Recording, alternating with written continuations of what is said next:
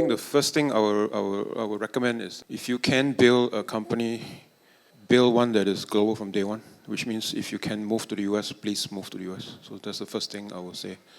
But majority of you will actually stay put here, right? So now if you were to stay put here, chances are you may not fit us because the market size here is too small. So if for some reason you're going to stay here, then I would suggest you pick an industry. So let's say manufacturing, semiconductors, or logistics or supply chain, something that is much harder for foreigners to come and take your business away. So the advice is, do not put yourself in front of the company. Put the company in front of you, right? Where the company should exist, you go. Not where you are comfortable to execute, you stay. Sometimes Singapore is too comfortable, but if the government tells you, please launch in Singapore to go global, they are wrong, okay? So don't waste time doing stuff here. If you want to go, just go. But I would say the crux of it is just be hungry for knowledge. But if you are here, you are already 1 year behind. Okay, I repeat again. If you are here, and you've been here all the time, you are 1 year behind. So you assume you are good. Sorry, you're not. If I don't know what the best in the world looks like, how do I identify you? Right? So if most of us have no idea what the best in the world looks like, then it's back to 2021 again. The blind lead the blind, and then everybody dies in 3 years. Second thing is, everything you want to do, or vertical or space, there's always the top 1% of people around the world that is the best at doing this. Do you know them? Have you figured out a way to know them? Are you learning from them? The third one is, have you slept under your customer's table before? Right? Have you slept there for 2 weeks in a row trying to understand how they actually work, right? As opposed to a 1 hour Zoom call? I think 2C is very suitable to Chinese founders because the journeys that have happened in China, I have not seen anywhere else globally. ByteDance, and I think the pace of growth is highest in the world. There is no counterpart in the US actually that even matches that. I think the question is, how do you understand the customer that is different than the Chinese customer? The best companies or founders I have met till now have all had more of a data-driven way to identify that. The product journey is one important part, and second obviously is distribution.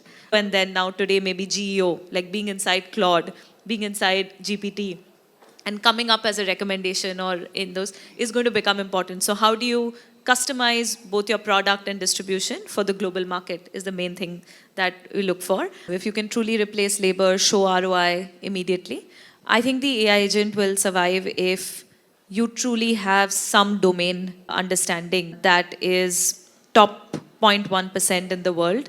Because after infra technical gets commoditized, taste and domain understanding is going to be the most important thing. You have to be global from day zero if you want to win global. There is just no other alternative. So having the best product doesn't let you win. Having the best product and distribution lets you win. And that lets you build the right team. I think we should invest on dependency and not curiosity. Because we have talked to many companies, they have impressive demos, but many of this remains at the demo and the creativity stage. So the first question I'll ask is, how is your AI agent, if they disappear tomorrow, who is going to be impacted? Who will notice most, right? So if nobody noticed, then you are just another tool out there, right? If someone noticed means you are mission critical, you are part of a process that cannot be replaced. There's a dependency that you have created. Then that will be a successful agentic company, rather than, okay, it's just another alternative and another tools. So you cannot sell your agentic AI as another piece of software or as an app. It has to be replacing something. First, how do you move from pilot to production? There's a lot of people doing lots of demos, right? Pilot, but you can't actually go into production. How do you create dependency and not curiosity, like what I mentioned, right? It has to be dependent. They cannot do without you. The last one is, after you create the dependency, how do you actually ensure that if your agentic AI fail, right, what's going to happen next? It can be human in the loop, it can be your business continuity and other things. I think what I look for is for the founder to have a truly unique, differentiated insight into what they're building and why they're building it. Look, it's such a crowded space. The honest truth is that there are going to be like tens, if not hundreds of you building something very similar across the globe. So the only way for a founder to try to like convince, I think, an investor is if they come up with something truly unique and differentiated, and there's that eureka aha moment on the investor side that, oh wow, the founders really thought about something in a truly deep fashion.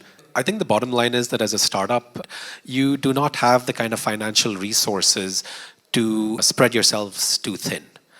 Right? So I think it's so important to really focus on the problem statement that you have kind of like conjured up in your head. So I would say like really focusing on that problem and going about trying to execute it as fast as possible is the number one reason that people don't do that. But from our perspective, the real moat is actually not from the data, but from the way that the data is used to optimize the model further. Basically, it should be iterative process, and there should be a loop that takes in the data. The user that using the model, you get a feedback. So the feedback will be part of the data itself, and then you use both to further update the model, right? So if you can demonstrate there is this iterative process to keep your model improving while the users are using it, then I would say that there's a better moat comparing to just claim that there's proprietary data. More promising example would be if you are a domain expert, you're actually in that industry and you have access to the data,